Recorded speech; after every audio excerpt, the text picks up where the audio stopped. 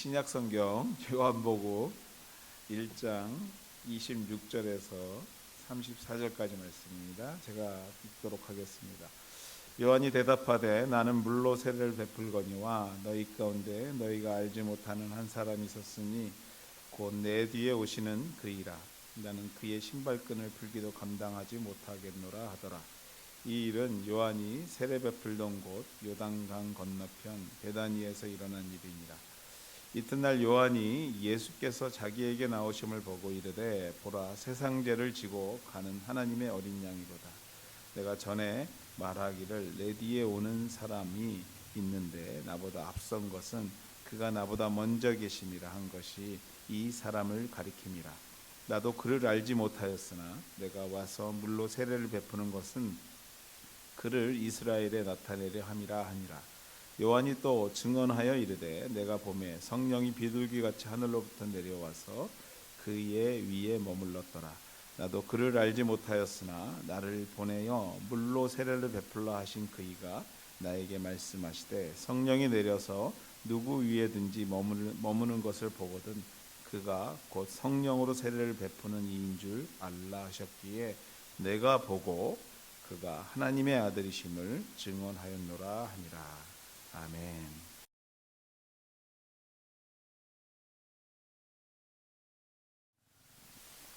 계속해서 우리가 요한복음 같이 읽고 있는데요. 오늘 요한복음 5번째 시간 내가 보고라는 제목 가지고 여러분과 같이 말씀 나누기를 원합니다.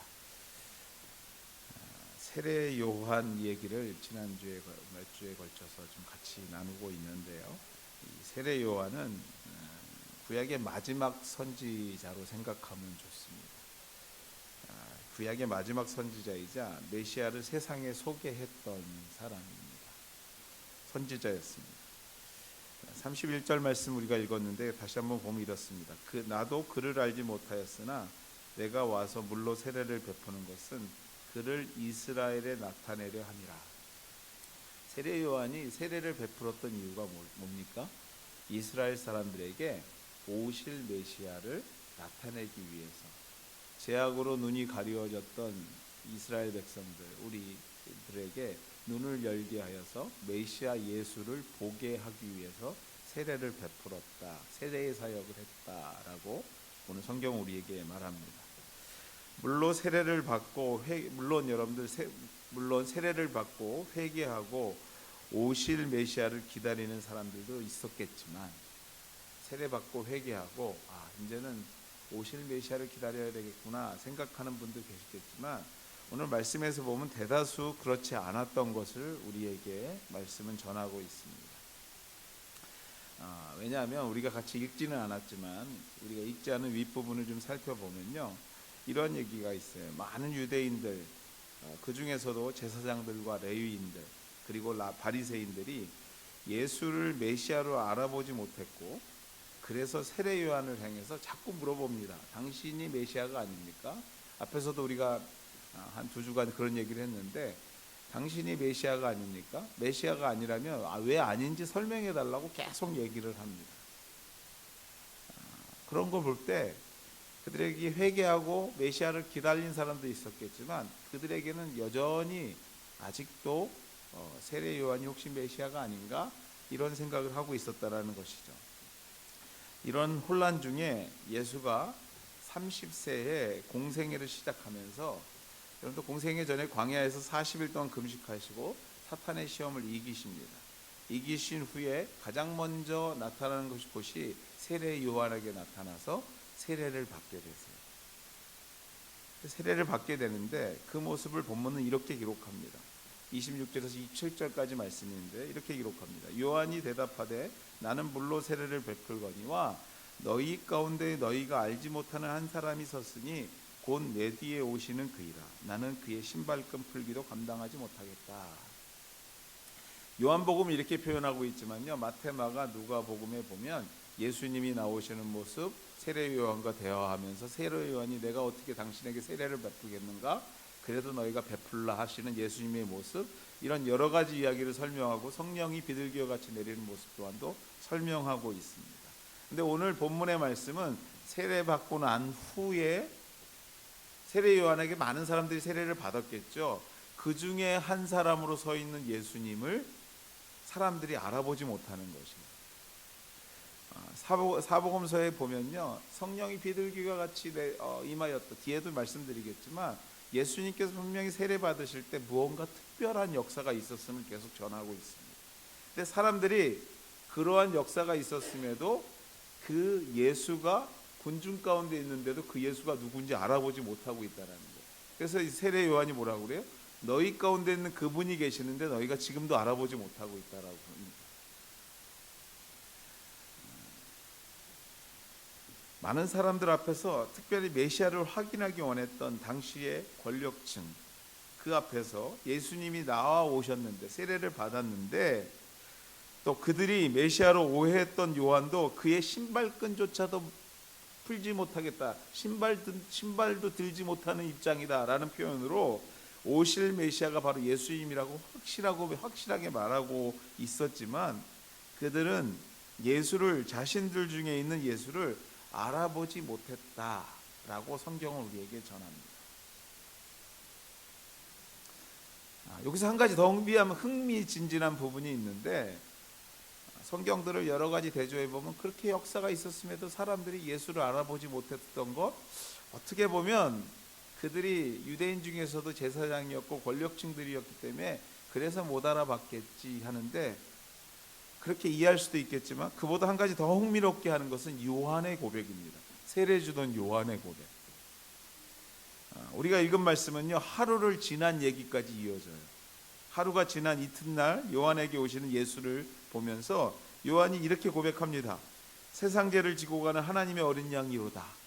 내가 전에 말하였던 내 뒤에 오는 그리고 나보다 먼저 계셨던 분이 바로 오늘 나에게 오고 있는 예수님이다 라고 오늘 우리가 읽었던 29절 말씀에서 이렇게 소개합니다.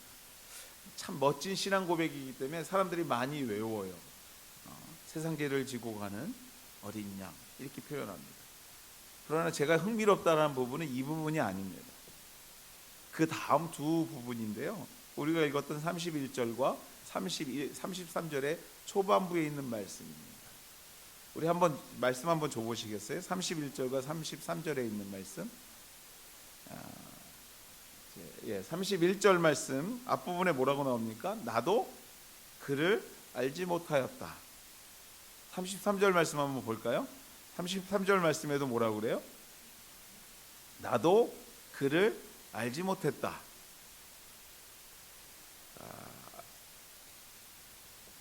그렇습니다, 여러분들. 요한도 사실 예수님이 당신에게 올 때 그가 메시아인지 몰랐던 거예요. 요한도 메시아가 오실 그 메시아를 준비하기 위해서 본인이 그렇게 고생하면서 광야에 가서 생활하면서 세상과 별개로 살아가면서 세례 주면서 내 사역은 그거다, 이스라엘에게 오실 메시아를 소개하는 일이라고 했던 요한도 뭐라고 그래요? 나도 그가 예수님이 메시아인지 몰랐다고 고백합니다. 자신에게 주어진 사명이 오실 메시아를 세상에 소개하는, 그래서 세례도 베풀었던 그가, 사실 소개해야 할 사람이 누군지 몰랐다라는 거예요. 여느 유대인들, 제사장, 레위, 바리새인들, 그리고 당시의 권력자들과 마찬가지의 입장에 있었다라는 것입니다. 그렇다면 여기서 한 가지 궁금한 질문이 생기죠. 언제 예수를, 이웃집에 살았던 예수를, 여러분들 아세요? 세례 요한과 예수님은 먼 친척이에요. 먼 친척이었던 예수를 이 땅을 구원할 메시아라고 알아보았을까라는 질문입니다. 세례 요한이 언제 내 친척, 나보다 6개월 동생인 예수가 메시아였구나를 알아봤을까요, 여러분? 여기서 한 가지, 예수님의 고백도 그랬지만 예수님도 고향에 가서는요 인정받지 못했어요. 그래서 고향에 가서 나는 참 외롭다, 머리 둘 곳이 없다, 이런 얘기를 했던 분인데요. 그런데 사실 가까이 있는 사람일수록 그 가치가 잘 확인 안 될 때가 많고, 발견을 못할 때가 많습니다. 제가 주중에 우연찮게 또 어느 분하고 통화할 일이 있었는데 이제 대학을 보내는 딸이 있는 거예요. 근데 어느 대학을 가겠다고 그러는데 보내지를 못해요. 그래서 왜 보내지 못하냐 그랬더니 불안한, 믿을 수가 없대요. 걔를 도대체 걔를 어떻게 믿고 그 학교에 기숙사를 넣는다든지 어떻게 믿고 차를 줘서 걔를 등교를 시킬지 자기는 할 수가 없대요. 제가 그래서 그랬어요. 제가 모르긴 몰라도 어머님의 딸이 어머님 생각하는 것보다 더 능력이 있을 거라고, 그걸 믿어야 된다고. 언제까지 끼고 계시겠냐고, 언제까지 눈앞에 두고 있겠냐고. 여러분들 아세요? 모르긴 몰라도 여러분의 남편이, 여러분의 아내가, 여러분의 자녀가 여러분이 생각하는 그 것보다 이상으로 능력이 있을 것입니다. 네? 아멘 한 대로 믿을 줄 믿습니다. 네? 여러분보다 훨씬 생각하는 그 이상을 하실 수 있는 능력이 있을 것이에요. 그래요. 우리 모습이요, 가까울수록 그 가치를 잘 몰라요. 그래서 그랬는지 몰라도 요한도 그런 부분이 있었을 거예요.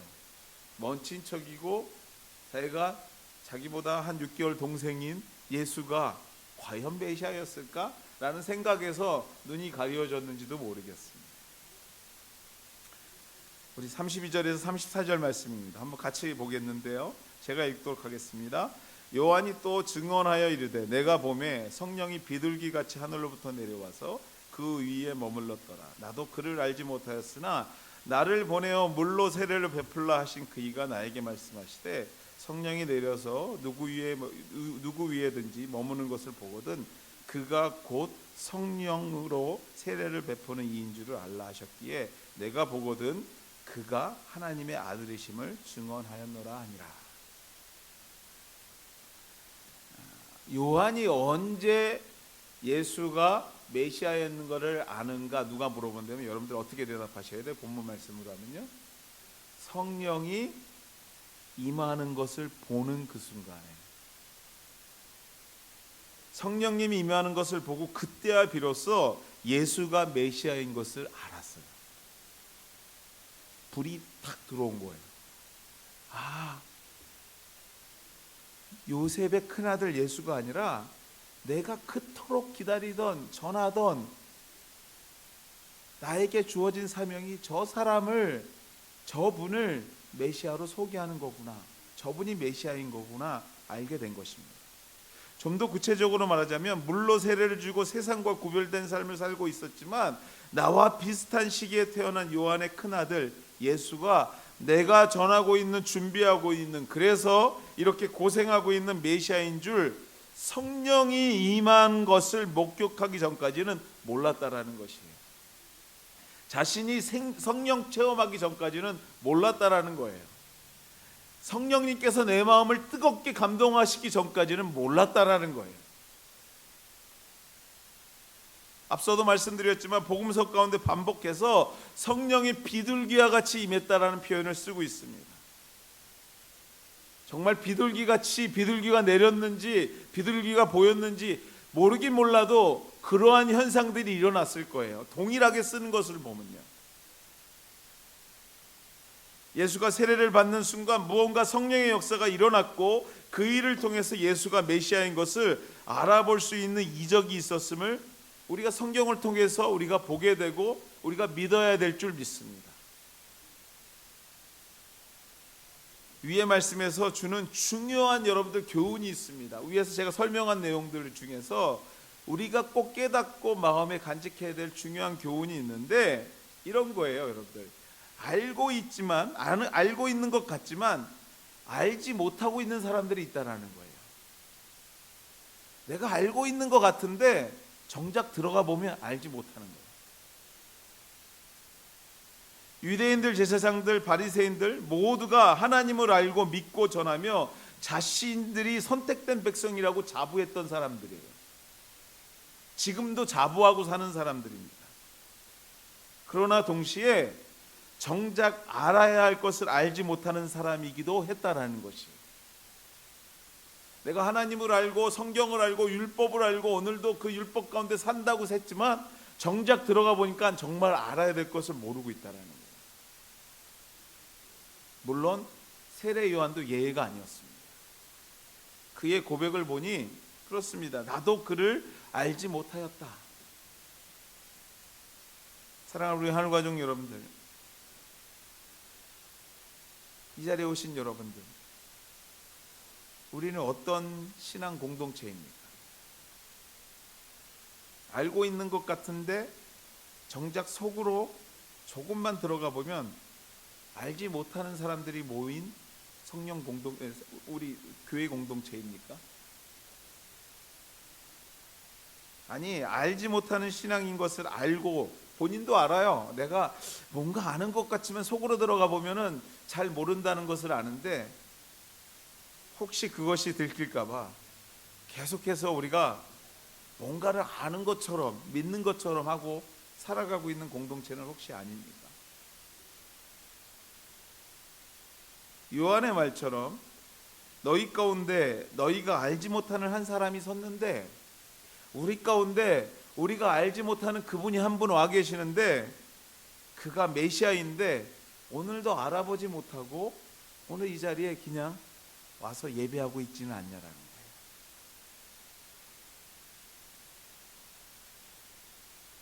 사랑하는 여러분들, 우리 가운데 계시고 오늘도 우리의 삶의 깊이, 아니 주인 되시는 하나님을 느끼고 알아보아야 합니다. 경험하셔야 합니다. 그런데 그것이 믿음입니다. 그래야 오늘 우리가 드리는 예배가 살아있는 예배가 될 수 있습니다. 세례 요한도 광야에서 외치며 오실 메시아를 전했지만요, 정작 알아보지 못했어요. 수많은 유대인들이, 율법학자들이, 서기관들이 성경을 공부하고 전하고 지켰지만 그들 또한도 그들 가운데 계시는 예수님을 알아보지 못했습니다. 그리고 그들은 결국 알아보지 못했을 뿐만 아니라 그를 십자가에 못 박아 죽게 했습니다.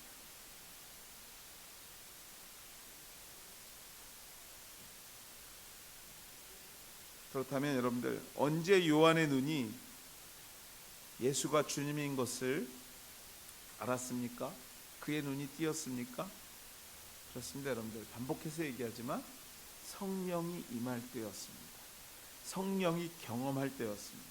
역사하실 때였습니다.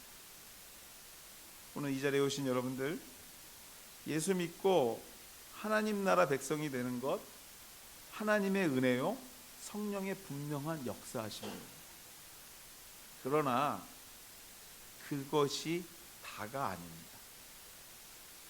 예수 믿고 하나님을 아는 것 분명히 성령의 역사하심이에요. 인도하심입니다. 그러나 성경은 그것이 다가 아니라고 얘기합니다.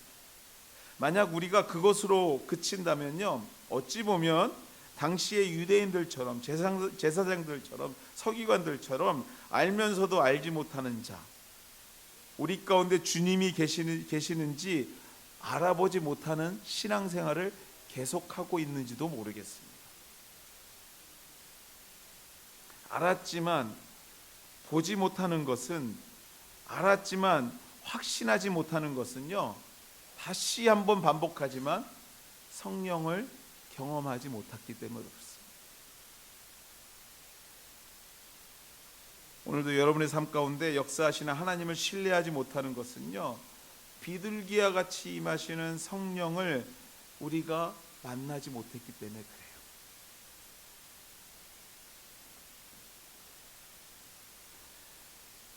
물론 여러분들, 믿음은요, 좋은 습관이 필요하고 중요합니다.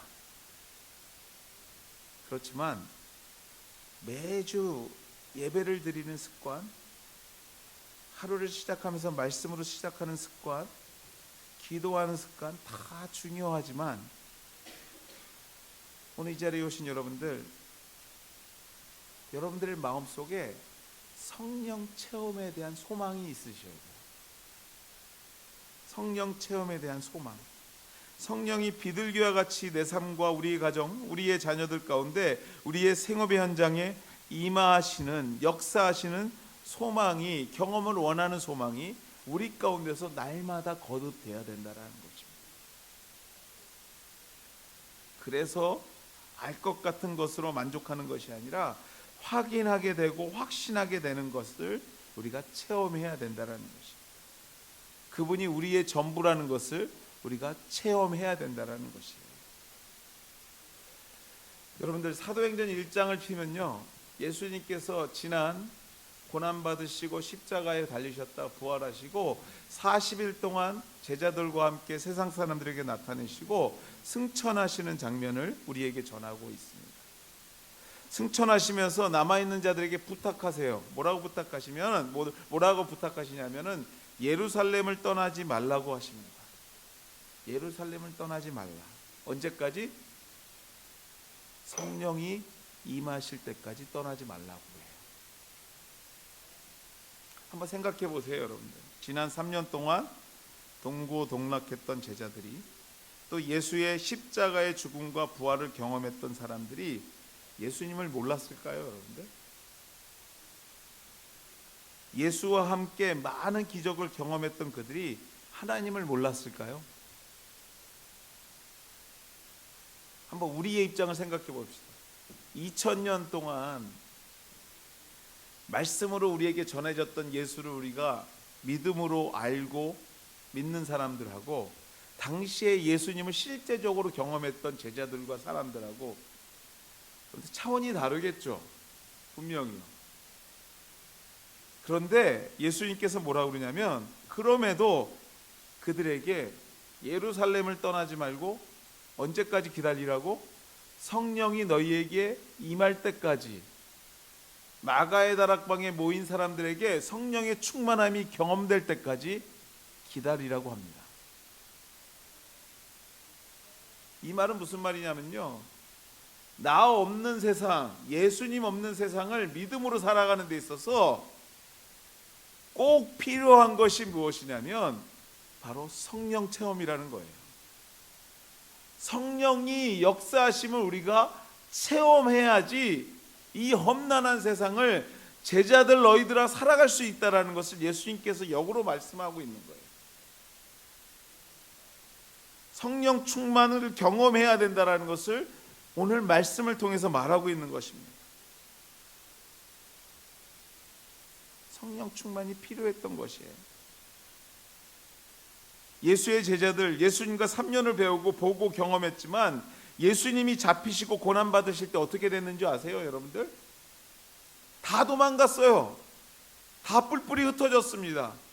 예수님이 물로 포도주를 만들고 죽은 사람을 일으키고 오병이어의 기적을 일으키는 그 현장에 있던 제자들이요, 예수님께서 십자가에 못 박혀 죽으시자 다 뿔뿔이 흩어져서 고향으로 돌아가고, 계집 요정이 와가지고 너 예수님이 제자지 하니 물어봤더니 수제자였던 베드로는 뭐라고 그럽니까?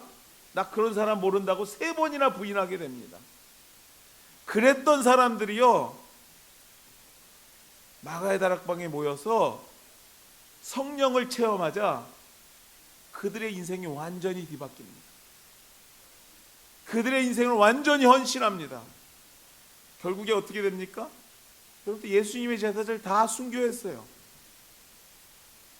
다 순교했습니다. 사랑하는 여러분들, 제가 이 말 하니까 그럼 나보고 순교하라는 얘기냐? 그 얘기를 하는 게 아니에요. 여러분들이 선교사가 되라는 얘기도 아니고 순교하라는 얘기도 아닙니다.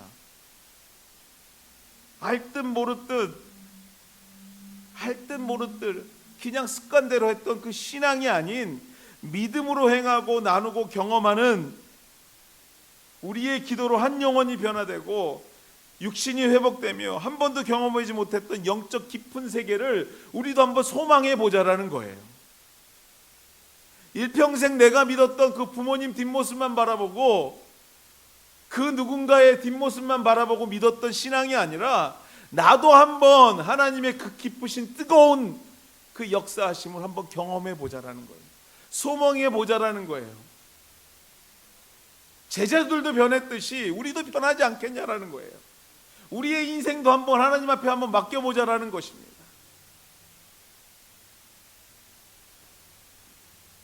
여러분들, 경험한 사람하고 경험하지 못한 사람들하고는요, 정말 하늘과 땅 차이로 삶이 변화되는 것을 보게 됩니다.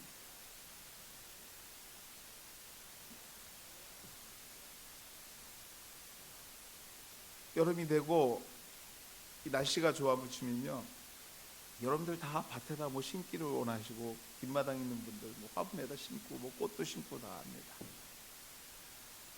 제가 자주 여러분들에게 말씀드리는 얘기 중에 하나지만, 여러분들 이 꽃이 이쁜지 안 이쁜지, 냄새가 어떤지, 좋은지 나쁜지, 이게 문지 배추인지, 이게 열문지 얼갈인지 알 수 있는 방법이 뭡니까 여러분들?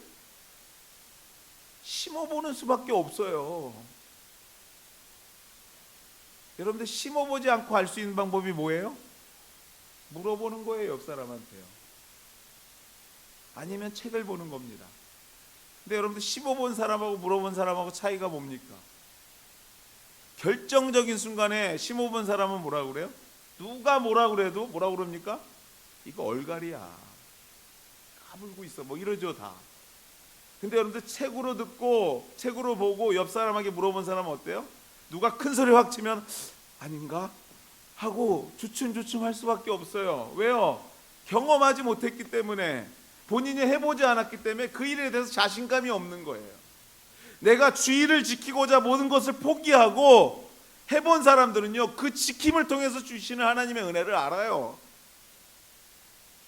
근데 해보지 않으면요, 100날, 10년, 20년 하나님 나라 갈 때까지 그냥 주일날 지키면, 이거 하면 하나님이 복 준대, 이 정도로만 살아요. 오순절날 한자리에 모인 제자들과 성도들이요, 120명이 함께 기도했습니다. 열심히 기도했습니다. 그 순간 세례 요한이 경험했던 성령이 비둘기와 같이 임했던 그 역사를, 호련히 하늘로부터 급하고 강한 바람 같은 소리가 있어서 그들이 앉은 온 집을 가득 채웠던 역사를 그들이 경험했어요. 그리고 막 입술이 풀려서 각각의 나라의 말로 기도하기 시작했습니다. 물론 예수 믿고 이대로 살다 보면요, 결국 하나님 나라에 갑니다. 여러분들, 지금 하나님 나라에 못 가지 않습니다. 가요. 다 이대로 살다 보면 갑니다. 그러나 결국 그들이 경험했던 성령의 인도하심은요, 우리 것이 죽어도 되지 않아요. 여러분들, 알 것 같기도 한 성도, 그것으로 끝난다는 것입니다. 사랑하는 우리 하늘가족 여러분, 우리 모두가 성령 체험하고 알 것 같은 성도가 아니라 확신을 갖고 하늘의 능력을 경험하는 성도 되기를 주의 이름으로 축원해 드립니다. 여러분들, 소망하셔야 돼요. 소망하셔야 돼요. 여러분들, 간절히 소망하잖아요. 여러분들, 일어나지 말라고 해도 새벽에 일어나서 기도합니다. 간절히 소망하잖아요. 여러분들, 그게 무엇인지 하나님 정말 내가 받기를 원합니다. 내 육신도 그걸로 치유되기를 원합니다. 소망하잖아요. 두말하지 않아도 무릎 꿇고 기도하고 말씀 보고요,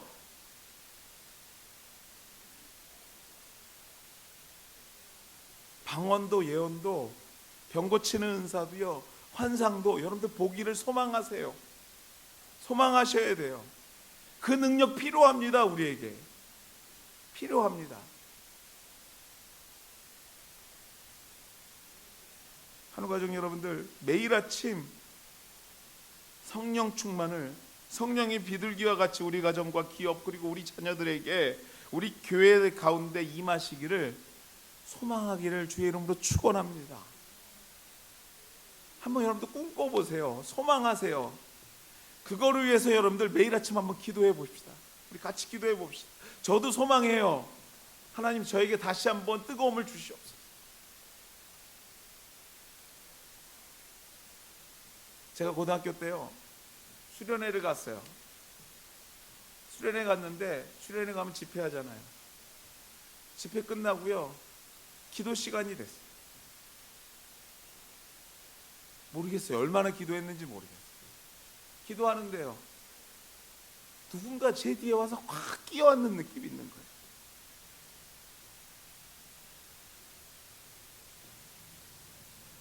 얘기하는 거예요. 괜찮다. 뭔지 모르겠어요. 그때는요. 괜찮다. 내가 너와 함께한다. 그 뒤에서 아는 그 느낌을 지금도 잊지 못해요. 요새 제가 다시 기도합니다. 하나님, 저에게 은혜 주시옵소서. 충만케 하여 주시옵소서. 우리 성도들도 하나님 같이 성령 충만해져서 눈앞에 보이는 걸로 실망하지 않고요, 눈앞에 드려지는 걸로 실망하지 않고 하나님이 나의 응답이고 하나님이 나의 전부인 것을 깨닫는 성도들에게 도와달라고 여러분 같이 기도했으면 좋겠어요. 여러분이 경험하는 순간에요, 여러분의 주변이 변화됩니다. 여러분이 경험하는 순간에요, 살아계신 하나님이 여러분을 주도합니다. 여러분의 부정적인 생각, 여러분의 잘못됐던 모든 것들 하나님께서 깨끗이 가져가십니다. 믿습니까 여러분들? 소망하셔야 돼요. 소망하셔야 돼요. 성령님께서 우리의 마음을 만지신 것을 소망하셔야 됩니다.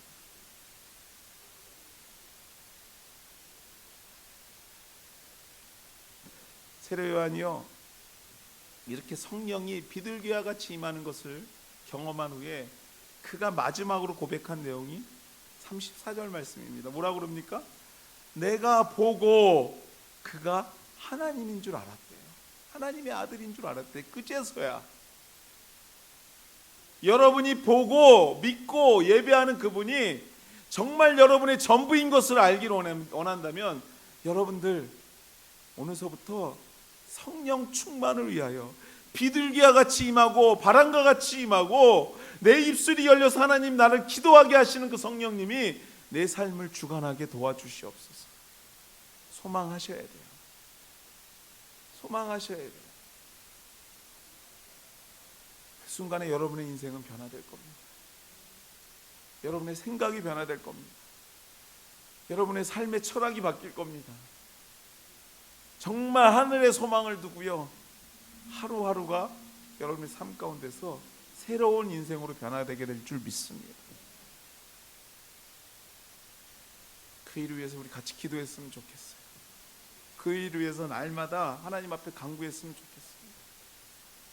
다른 어떤 것보다도요, 어떤 문제를 놓고 기도하기보다도 내가 충만하지 못한 그 문제를 놓고 우리 같이 기도했으면 좋겠어요.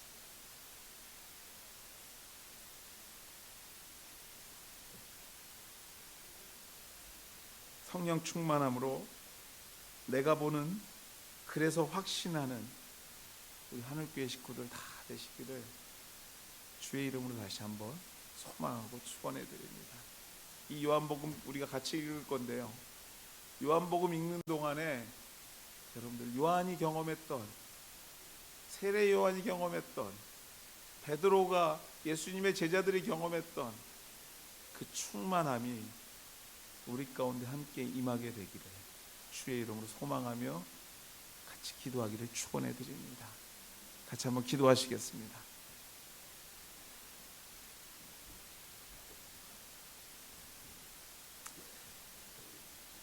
하나님, 우리 앞에 참 문제가 많습니다.